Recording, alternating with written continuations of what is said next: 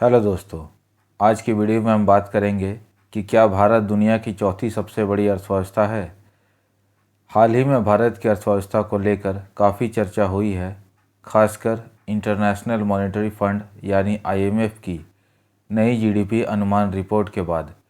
IMF के अनुसार 2025 में भारत की जीडीपी लगभग 4187.03 बिलियन डॉलर तक पहुंचने की संभावना है, जो जापान की जीडीपी 4186.43 बिलियन डॉलर से थोड़ी अधिक होगी। इस प्रकार बहुत संभव है कि 2025 में भारत अमेरिका, चीन और जर्मनी के बाद दुनिया की चौथी सबसे बड़ी अर्थव्यवस्था बन जाए। यह एक अहम उपलब्धि है और राजनीतिक रूप से भी इसे नेतृत्व की सफलता के रूप में पेश किया जा रहा है। कुछ लोग तो यह भी कह रहे हैं कि भारत 2028 तक तीसरी सबसे बड़ी अर्थव्यवस्था बन सकता है और 2047 तक एक विकसित देश बन सकता है। लेकिन सवाल यह है कि क्या सिर्फ जीडीपी के रैंक से ही असली तरक्की का अंदाज़ा लगाया जा सकता है। अब बात करते हैं कि जीडीपी हमें क्या बताता है और क्या नहीं।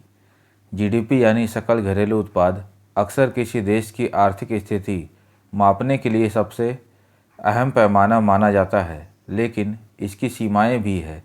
जीडीपी यह नहीं बताती कि किसी देश के लोग कैसे रहते हैं और काम करते हैं, उनकी सेहत या शिक्षा का स्तर क्या है और उस देश की आय कितनी असमानता के साथ वितरित होती है। जीडीपी में महिलाओं द्वारा किए गए अवैतनिक घरेलू काम जैसे महत्वपूर्ण कार्यों की कोई गिनती नहीं होती।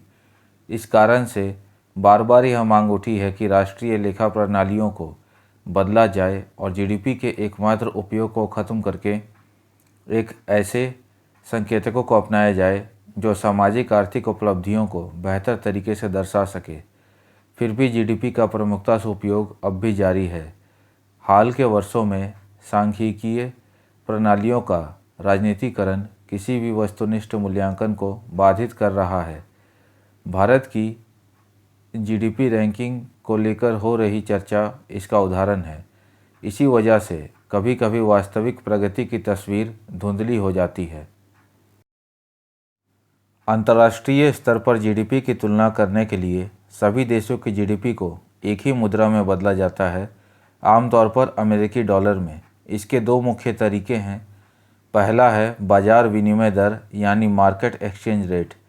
यह उस दर को दर्शाता है जिस पर एक देश की मुद्रा विदेशी मुद्रा बाजार में बदली जाती है। जैसे कि $1 85.69 रुपये के बराबर था, लेकिन ये दरें काफ़ी उतार चढ़ाव भरी होती हैं। दूसरा तरीका है पीपीपी यानी परचेजिंग पावर पैरिटी। इसमें यह देखा जाता है कि एक आम व्यक्ति अपने देश में कितनी चीज़ें खरीद सकता है। उदाहरण के लिए न्यूयॉर्क में बियर की कीमत $5 हो सकती है, लेकिन मुंबई में $150 यानी लगभग $1.80। इसी तरह न्यूयॉर्क में एक हेयर कट की कीमत $30 है, जबकि मुंबई में $200 यानी लगभग $2.40। ये अंतर मुख्यतः इस कारण से है कि विकासशील देशों में मजदूरी और कीमतें कम होती है। इसलिए परचेजिंग पावर पैरिटी दरों के अनुसार जब जीडीपी को मापा जाता है तो विकासशील देशों की जीडीपी अधिक दिखाई देती है। उदाहरण के लिए अगर बाजार दरें देखी जाए तो 2024 में अमेरिका की जीडीपी भारत से 7.5 गुना अधिक थी, लेकिन परचेजिंग पावर पैरिटी के हिसाब से केवल 1.8 गुना अधिक थी।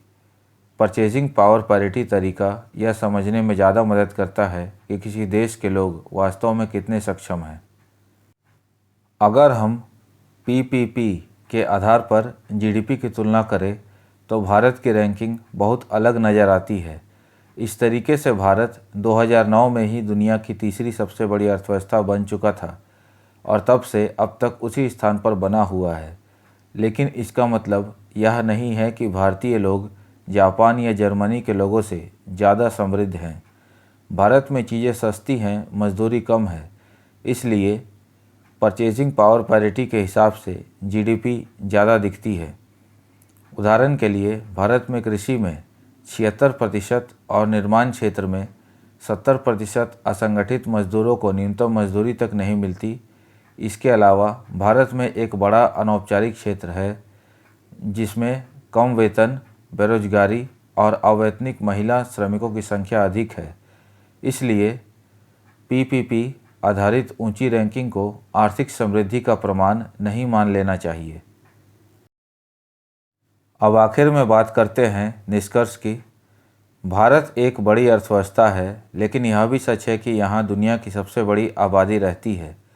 लेकिन जब इस जीडीपी को प्रति व्यक्ति में बांटा जाता है तो वास्तविकता सामने आती है। 2024 में भारत की प्रति व्यक्ति जीडीपी केवल $2,711 थी, जो 196 देशों में 144वें स्थान पर थी, जबकि वियतनाम की प्रति व्यक्ति जीडीपी $4,536 और श्रीलंका की प्रति व्यक्ति जीडीपी $4,325 थी। इसका मतलब है कि भारत की आर्थिक तरक्की का लाभ हर व्यक्ति तक नहीं पहुंच पा रहा है।